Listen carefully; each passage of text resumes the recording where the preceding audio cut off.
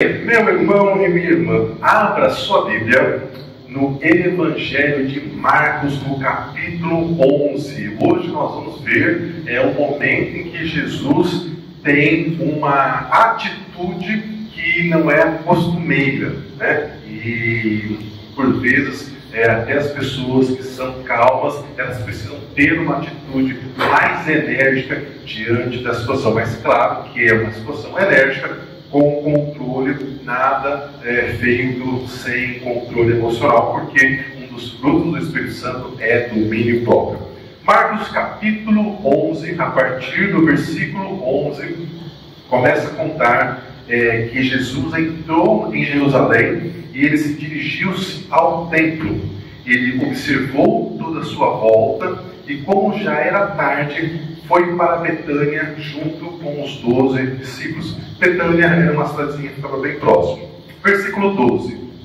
No dia seguinte, quando estava saindo de Betânia, Jesus teve fome. Repita comigo. Jesus teve fome. Glória a Deus. Versículo 13. Vendo à distância uma figueira com folhas, Jesus foi ver se encontraria nela algum fruto. Aproximando-se da figueira, Jesus nada encontrou. Aproximando-se da figueira, Jesus nada encontrou, a não ser folhas, porque não eram tempo de figos. Versículo 14. Então Jesus disse: nunca mais coma alguém do seu fruto. Olha que palavra pesada, não é, meus irmãos? Nunca mais coma alguém do seu fruto. E os seus discípulos ouviram-no dizer isso. Versículo 15. Chegando a Jerusalém, Jesus entrou no templo. Aqui o templo é o templo de Salomão. E ali Jesus começou a expulsar. Jesus começou a fazer o quê? Expulsar os que estavam comprando e vendendo. Derrubou as mesas dos cambistas e as cadeiras dos que vendiam pombas. Pule agora para o versículo 19. Ao cair da tarde, eles saíram da cidade de Jerusalém. Na manhã do dia seguinte, ao passarem, eles viram a figueira seca. A figueira estava seca desde as raízes. Versículo 21. Lembrando-se disso, Pedro disse: Mestre, veja, a figueira que amaldiçoaste secou. Versículo 22. Respondeu Jesus: tenham fé em Deus. Eu lhes asseguro que se alguém disser a este monte, levante-se e atire-se no mar, e não duvidar em seu coração, mas crer, acontecerá o que diz. Versículo 24. Portanto, eu lhes digo, tudo o que vocês pedirem em oração, creiam que já receberam, e assim sucederá. Tudo o que vocês pedirem em oração, creiam que já receberam, e assim sucederá. Versículo 25. E quando estiverem orando, se tiverem alguma coisa contra alguém, perdoe essa pessoa, para que também o Pai Celestial perdoe você dos seus pecados. Mas se você não perdoar, também o Pai que está no céu não perdoará os seus pecados. Glória a Deus. Meu irmão e minha irmã, quantas informações, quantos ensinos importantes nessa passagem. A primeira delas que me chamou a atenção foi que Jesus teve fome. A outra coisa foi que Jesus amaldiçoou a figueira. E pode parecer pesado essa palavra do Senhor sobre a figueira, mas aqui existia um ensino profundo, que eu não vou entrar por conta do tempo, porque não é o tema, mas a palavra fala que nós precisamos dar frutos. E figueira também é uma representação do povo de Israel, da nação de Israel, que todos nós precisamos dar frutos. Então, não vou entrar nisso porque não é o nosso tema de hoje. Agora, a terceira coisa que chama a atenção nesse texto é que Jesus expulsou as pessoas do templo. Olha que é a atitude do Senhor que parece que não combina com tudo aquilo que nós conhecemos de Jesus.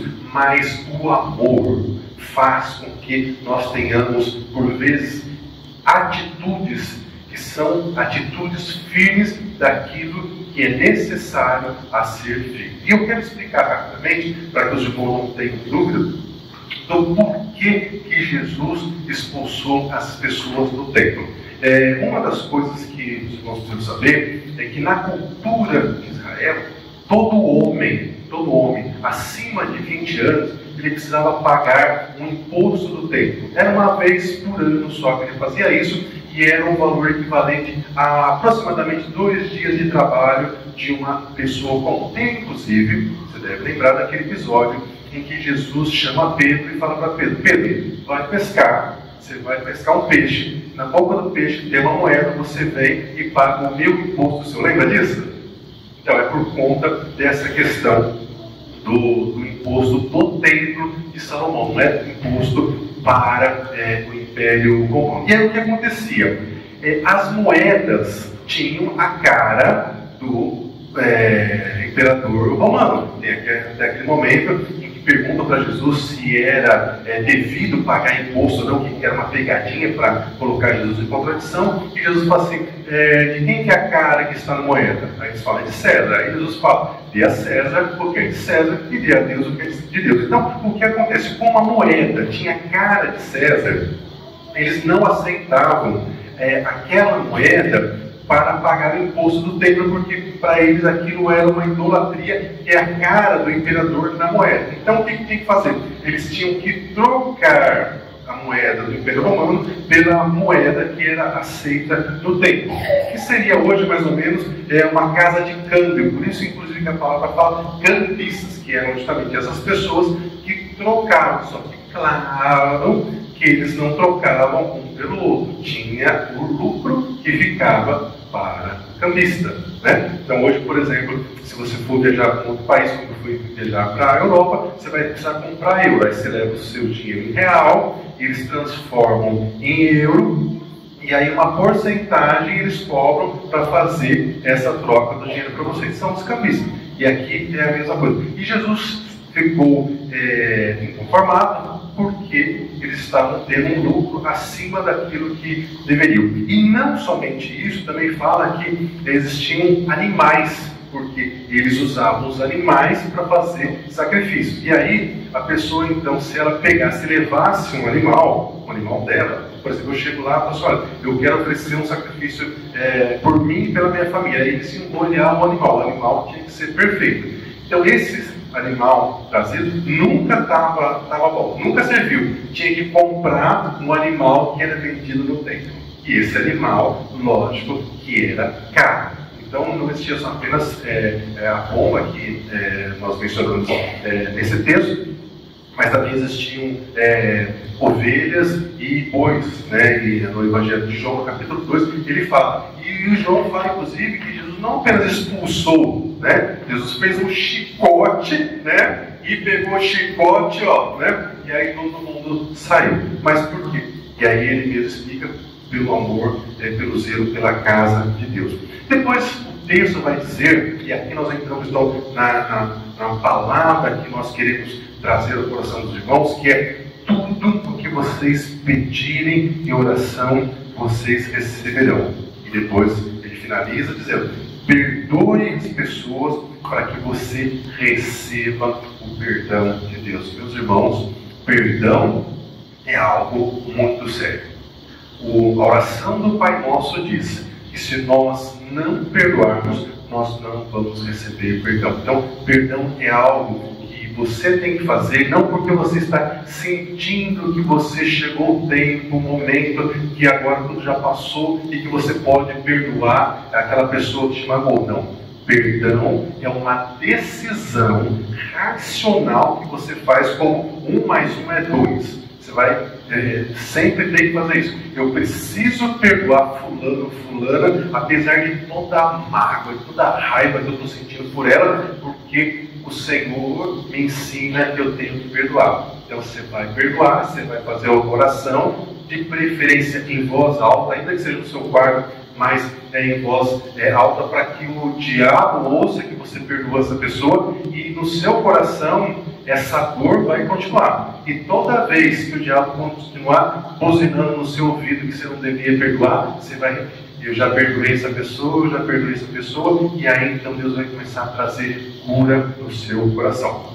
Bem, o nosso tema desse mês inteiro é enfrentando os desafios da vida. E de que jeito?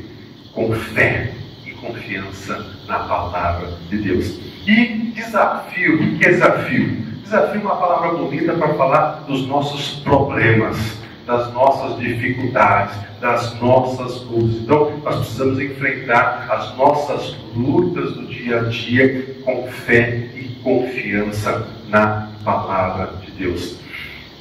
E o nosso tema especial para hoje é audácia na fé. O que é audácia?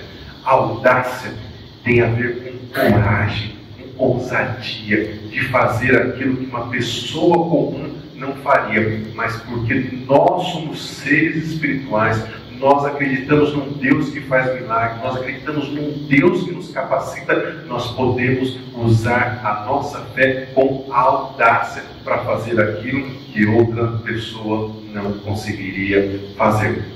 Bem, então, ao longo da nossa vida, nós enfrentamos problemas. Você enfrentou problemas, eu enfrento problemas. Essa semana que começa, você vai ter problemas. Alguns problemas vêm se arrastando há muitos anos e outros vão surgir. E é necessário, meu irmão e minha irmã, que toda vez que um problema surja, você tenha domínio próprio, que você controle as suas emoções. Porque cada problema que chega para você, cada má notícia que chega para você, ela chega com um propósito específico. Se esse problema foi algo que o Senhor permitiu, isso vai fazer com que você entenda melhor qual que é a sua situação. Exemplo, eu no passado, em algumas áreas da minha vida, eu achava que eu era muito forte, que eu não tinha nenhum tipo de problemas, que eu me garantia.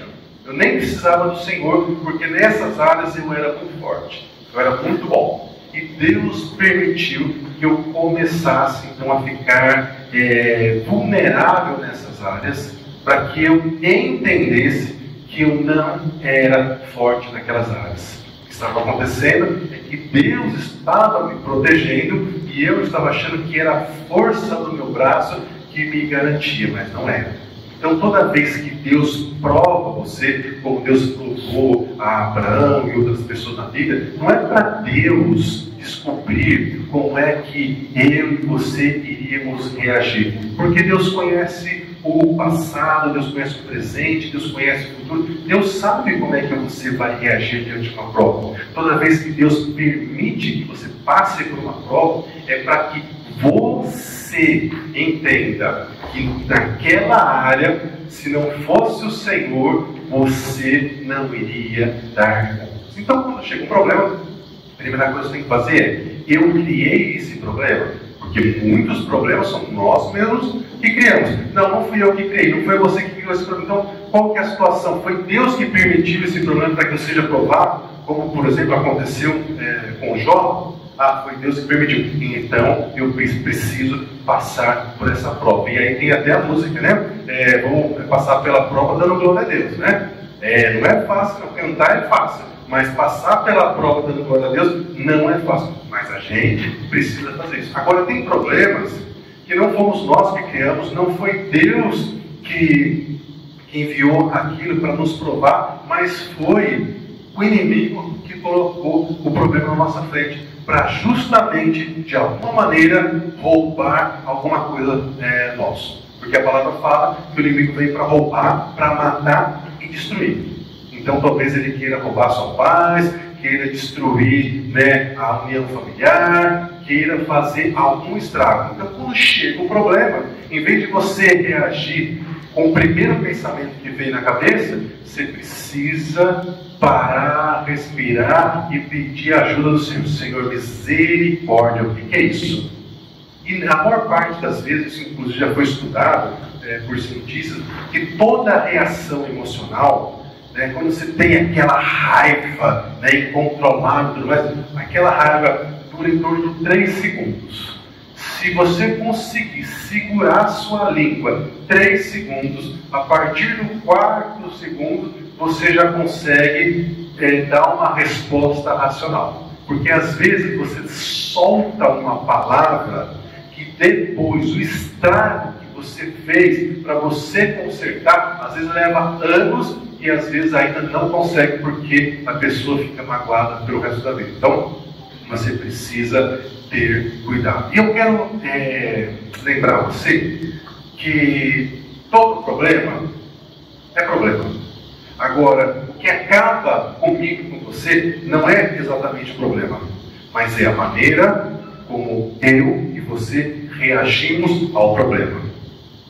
Pensa um pouquinho quando você vai esquentar água na sua casa.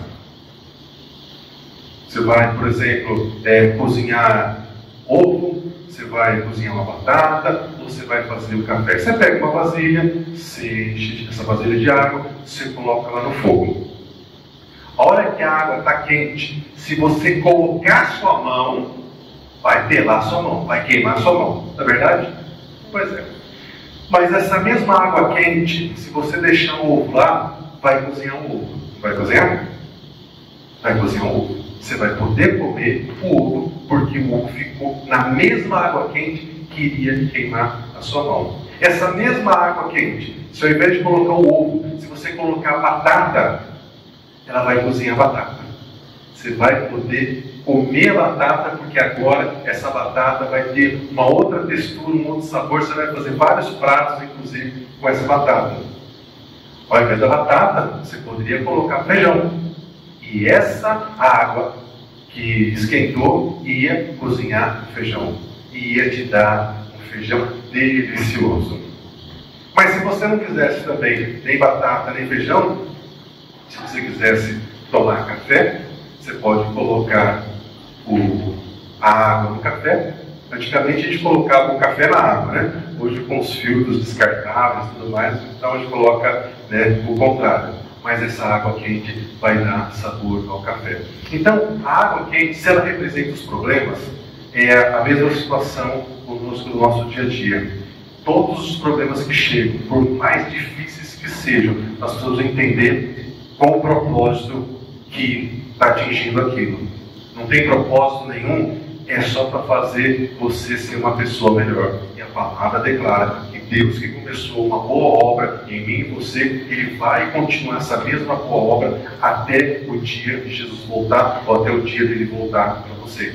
Então, meus irmãos, uma das habilidades que eu e você precisamos ter é sobre como resolver problemas. E isso vale não somente na família, na igreja. Você sabia que na igreja também tem muito problema? Jesus, misericórdia, como tem problema dentro da igreja. Mas você também precisa ser muito hábil em resolver problemas no trabalho. Porque você vai ter problema de relacionamento com colegas de trabalho, você vai ter problema de relacionamento às vezes, com o chefe, que é uma pessoa que não tem bom senso. E muitas vezes os problemas que aparecem no trabalho são oportunidades para te dar uma condição de mostrar a sua capacidade profissional. Um exemplo rápido, né, da Bíblia é o problema que foi Golias para a nação de Israel. O povo lá da Filistia, os filisteus, estavam lá durante 40 dias desafiando o povo de Israel para mandar um guerreiro. E tinha que lutar com Golias, um gigante. Golias era um gigante, era um problema porque ninguém queria lutar com ele. Mas Davi viu naquele gigante uma oportunidade. Aquele gigante projetou Davi. O mundo inteiro passou a conhecer Davi por conta daquele gigante. Pode ser que no lugar que você esteja trabalhando tenha problemas que ninguém quer resolver porque não vai ganhar mais por aquilo. Eu já passei por isso. Eu trabalhei numa empresa que surgiu um problema, ninguém queria colocar a mão no negócio e Deus me orientou para ir lá. E Deus me deu graça, fui lá, descobri uma maneira de resolver o problema e o que aconteceu? Eu fui promovido tempos depois. Entende? Então, sabe, irmãos, nós precisamos lembrar, por mais que às vezes pareça que mexa com o nosso ego, a palavra de Deus é que fala, é que você é luz. E aonde você for, a sua luz tem que brilhar, inclusive na área profissional. Então, se você trabalha e se você é só mais um entre todos os demais, você precisa melhorar a sua capacidade profissional, porque você precisa brilhar. Não é ser melhor por causa do seu ego, é porque Deus te dá capacidade. A palavra de Deus garante que tudo, meu irmão, minha irmã, que você colocar as suas mãos vai ser abençoado. Então, no seu lugar de trabalho, você também vai poder colocar as suas mãos e vai abençoar. Ah, mas aquele lugar não é de Deus, não sei o quê. Não importa, o que importa é aonde você está colocando as suas mãos. Nesse trabalho é onde Deus abriu a porta para que você pudesse ter o seu sustento. Então, você vai abençoar o lugar que você está. Amém? Glória a Deus por isso, meus irmãos. Mas aí vem a pergunta, né? Por que, se a palavra de Deus garante que se eu pedir, Deus vai responder, por que tantas orações não são respondidas? Existem muitas respostas para isso, mas por conta do nosso tempo, eu vou me ater a Tiago, no capítulo 4, versículo 3, que ele diz o seguinte: quando vocês pedem, vocês não recebem, pois pedem por motivos errados para gastar em seus próprios prazeres. Adúlteros não sabem que amizade com o mundo é inimizade com Deus. Adúltero aqui é no sentido de quem, em vez de estar se relacionando apenas com Deus, está se relacionando também com as coisas do mundo, tá? Quem quer ser amigo do mundo, faz-se inimigo de Deus. Ou vocês acham que é sem razão que a Escritura Sagrada diz que o Espírito Santo, que Ele fez habitar em nós, tem fortes ciúmes de você? Você sabia que o Senhor tem ciúmes de você? Por isso que nós precisamos rever o nosso primeiro amor. Versículo 6, mas Ele nos concede graça maior. Por isso diz a Escritura, Deus se opõe aos orgulhosos, mas concede graça aos humildes. Aleluia, glória a Deus. Agora, sabe, meus irmãos, uma outra resposta do porquê que algumas das nossas orações não são respondidas é o exemplo do apóstolo Paulo. E ele diz em 2 Coríntios capítulo 12, a partir do versículo 7, o seguinte: para que eu, Paulo, não me exaltasse, não me orgulhasse pela excelência das revelações, foi-me dado um espinho na carne. Eu tenho uma teoria que todos nós temos um espinho na carne. Alguns de nós têm um espinho bem grande, é verdade, uma vida muito difícil, muito sofrida, mas outros você vê que o espinho na carne dele é desse tamanho e ainda assim a pessoa está lá chorando, lamentando, aquela coisa toda. E ele diz o seguinte: foi-me dado um espinho na carne, a saber, o mensageiro de Satanás, para me esbofetear, a fim de que eu não me exaltasse. E ele fala, acerca disso, Por 3 vezes eu orei ao Senhor para que Ele desviasse isso de mim. Agora vem a resposta que o apóstolo Paulo recebeu do Senhor. Ele diz o seguinte no versículo 9: Disse-me o Senhor, a minha graça te basta. Paulo, Maria, Fátima, Clarina, Odete, Eunice, irmã Ruth, irmã Isabel, a minha graça te basta.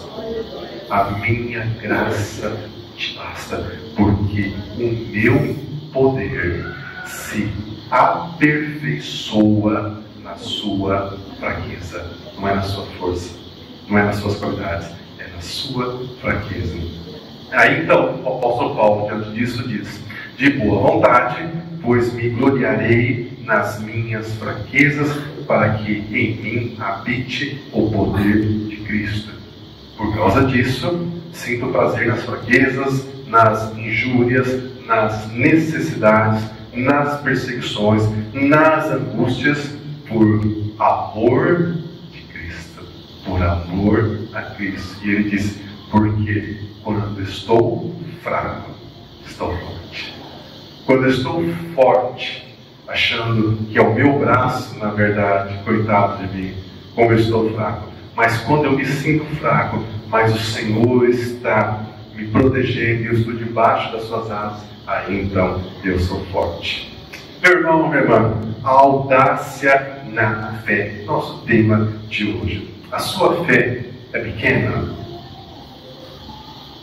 A sua fé é pequena? Você tem uma fé perfeita? Não, você não tem uma fé perfeita. Eu também não tenho uma fé perfeita.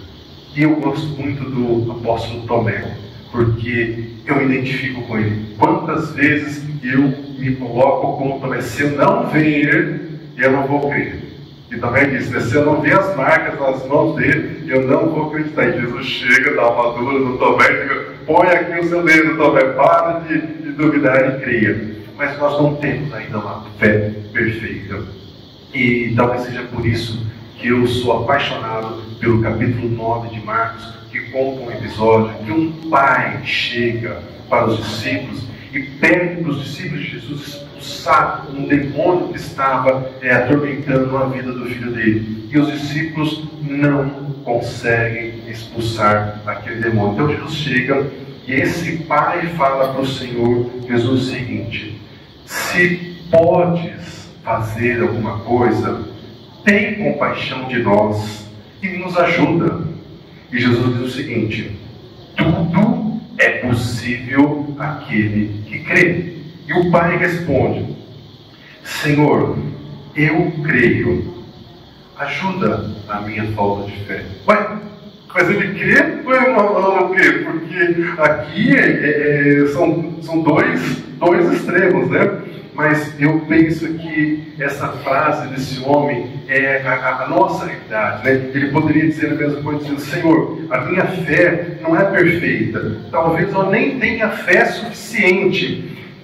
Mas se a minha fé não é suficiente, ajuda-me a ter mais fé.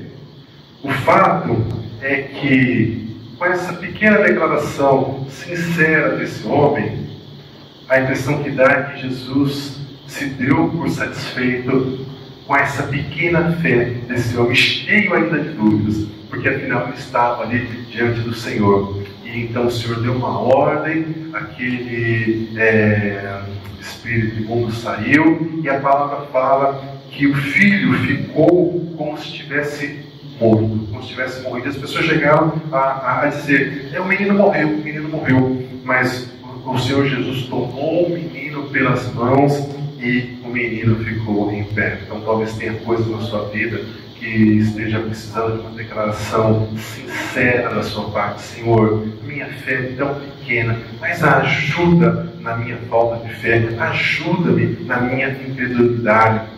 E então o Senhor vai fazer algo na sua vida. Amém?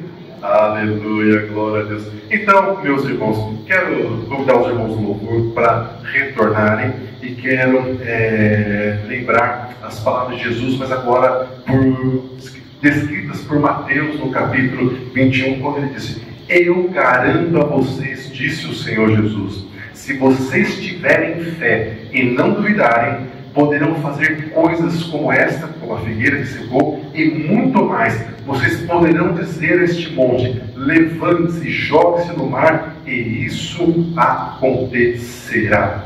Ter fé que remove montanha nos incentiva a buscar essa fé audaciosa, essa fé inabalável, para que você se torne uma pessoa que é capaz de vencer obstáculos, que é capaz de não olhar para o tamanho do seu gigante e achar que você não tem nenhuma chance, porque uma coisa é fato, meu irmão, minha irmã: você e Deus, vocês sempre serão a maioria em qualquer lugar que você estiver, em qualquer situação que você estiver, inclusive nas mais difíceis. Lembre-se disso: você e Deus, vocês são a maioria. Davi acreditou no poder de Deus e ele foi para cima do gigante. Agora aqui tem uma coisa muito importante. Como é que Davi foi para cima do gigante? Ele foi para cima do gigante com a arma que ele tinha habilidade, né? Que era uma espécie de estilingue. Você precisa ter habilidade em alguma coisa. A gente não pode ficar contando que Deus vai fazer milagre em todos os momentos, em todas as áreas. Quando Jesus foi ressuscitar Lázaro, aqui que ele falou: tirem a pedra. Jesus tinha poder para tirar a pedra, mas aquilo que era possível para as pessoas era tirar a pedra. Você tem que ter habilidade e ser muito bom naquilo que você vai fazer. Então, ter fé que remove montanhas não se resume apenas a crer no impossível, porque você precisa unir a sua fé com a sua ação, com a sua atitude, com a sua preparação. Tenha audácia para continuar a acreditar e confiar nas promessas do Senhor. Persista nessa sua jornada, porque essa é a sua missão. Renove a sua fé. Não diminua o tamanho dos seus sonhos. Ei, não está perdido. Não diminua o tamanho dos seus sonhos. Não abra mão do tamanho dos seus sonhos. Aumente o tamanho da sua fé, porque a palavra declara que para Deus nada é impossível. Para o nosso Senhor nada é impossível. Aleluia, glória a Deus. Quero convidar você a ficar em pé e juntos louvarmos ao Senhor. Se estás aqui, Senhor, podes perceber quem sou. Podes respirar em mim um verdadeiro adorador. A minha oferta a Ele ofereço a Ti, Deus meu, pra reconhecer que nada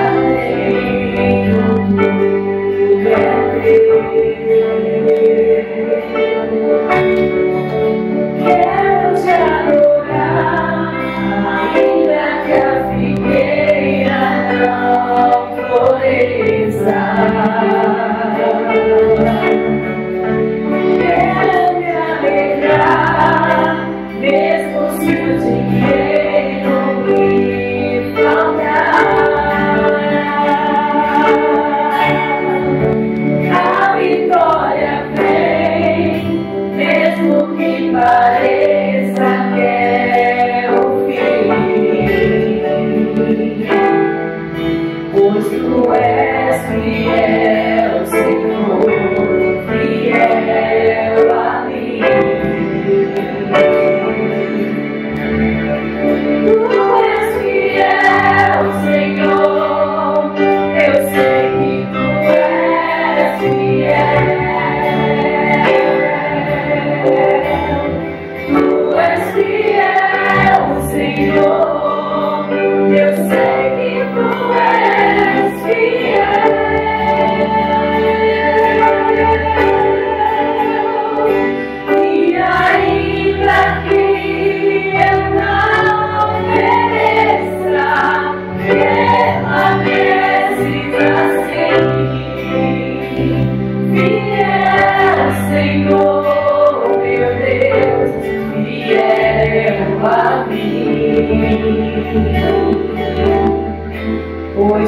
és fiel, Senhor, fiel a mim.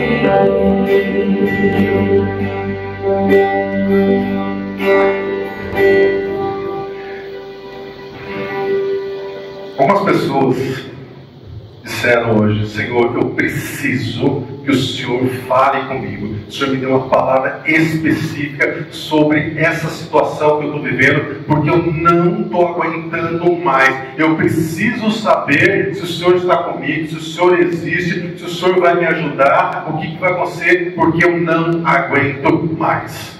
Então a palavra para essa pessoa é a que está escrita em Isaías, no capítulo 49, no versículo 15, que diz o seguinte: pode uma mulher esquecer-se do filho que ainda mama? Ainda que essa mulher se esquecesse do filho do seu ventre, eu, Senhor, jamais me esquecerei de você. Eis que nas palmas das minhas mãos te gravei. Os teus muros estão continuamente diante de mim. Até os cabelos da sua cabeça estão todos contados. O choro pode sim durar uma noite, mas a alegria virá pela manhã. Muitas são as aflições do justo, mas o Senhor te livra de todas elas. Assim diz o Senhor: reprime a tua voz de choro e as lágrimas dos teus olhos, porque há recompensa para as tuas obras. Os teus filhos voltarão da terra do inimigo. Eu irei adiante de você.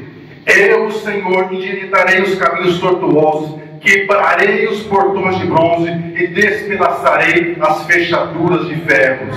Não vos lembreis das coisas passadas, nem considerais as antigas. Estou fazendo uma coisa nova que está saindo à luz, que você não está percebendo. Eis que colocarei um caminho no seu deserto e rio naqueles lugares áridos. Você está cansada?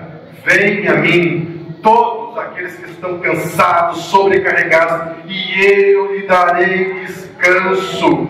Tome sobre você o meu jugo. Tome sobre você o meu jugo e aprenda mais de mim, que sou manso e humilde de coração, e você encontrará descanso para a sua alma. Portanto, humilhe-se debaixo da poderosa mão de Deus, para que o Senhor, no seu devido tempo, te exalte. Lance sobre o Senhor toda a sua ansiedade, porque Ele tem cuidado de você. Seja sóbria, vigie. O diabo, seu inimigo, anda ao seu redor como um leão, rugindo e procurando uma oportunidade para te devorar. Clame a mim, diz o Senhor, e responder-te-ei, e anunciar-te coisas grandes e firmes que você não sabe. As coisas que o olho não viu, que o ouvido não viu, não subiram ao seu coração, são as que eu preparei para você. Porque eu, o Senhor, é que sei os planos, os pensamentos que tenho a seu respeito. São pensamentos de paz e não de mal, para te dar futuro e esperança. O Senhor não demora em cumprir as suas promessas, como julgam alguns. O Senhor é paciente e não quer que ninguém pereça, mas que todos cheguem ao arrependimento. Lembre-se: a minha graça te basta, porque o meu poder se aperfeiçoa na sua fraqueza. Quando você está fraca, você está forte. Pai, nós agradecemos pela Tua palavra, agradecemos pelo louvor aqui ministrado, agradecemos, Pai, porque nós cremos que a Tua presença está nesse lugar, aquecendo o nosso coração, ou nos dando ânimo, nos dando esperança, nos tornando pessoas fortes, apesar de todas as nossas fraquezas. Pai, nós cremos nas Tuas promessas, que nós e a nossa casa serviremos ao Senhor. Nós cremos cremos na conversão da nossa família, Pai. Nós cremos que aquelas situações que não tem solução, o Senhor fará milagres em nosso meio, e nós rendemos a Ti o nosso louvor, a nossa gratidão, porque nós sabemos que o Senhor está cuidando de nós. Oh Pai amado, que ao longo dessa semana o Senhor nos livre de todo o mal, das más influências, das ações do inimigo, que o Senhor nos dê discernimento, Pai, aquelas pessoas que precisam de saúde, que o Senhor conceda a elas saúde, aquelas que precisam de união familiar, que o Senhor conceda sabedoria aos teus filhos e às tuas filhas sobre como se portar, sobre como falar dentro de casa, aquelas que precisam de recursos financeiros, Pai, que o Senhor abra portas e que o Senhor continue a dar habilidade aos teus filhos para poder trabalhar e executar da melhor maneira possível aquilo que eles têm para fazer. Que o teu grande amor, a graça salvadora do nosso Senhor Jesus e as consolações do teu Espírito Santo estejam com o teu povo hoje, sempre e eternamente. Que assim seja. Amém.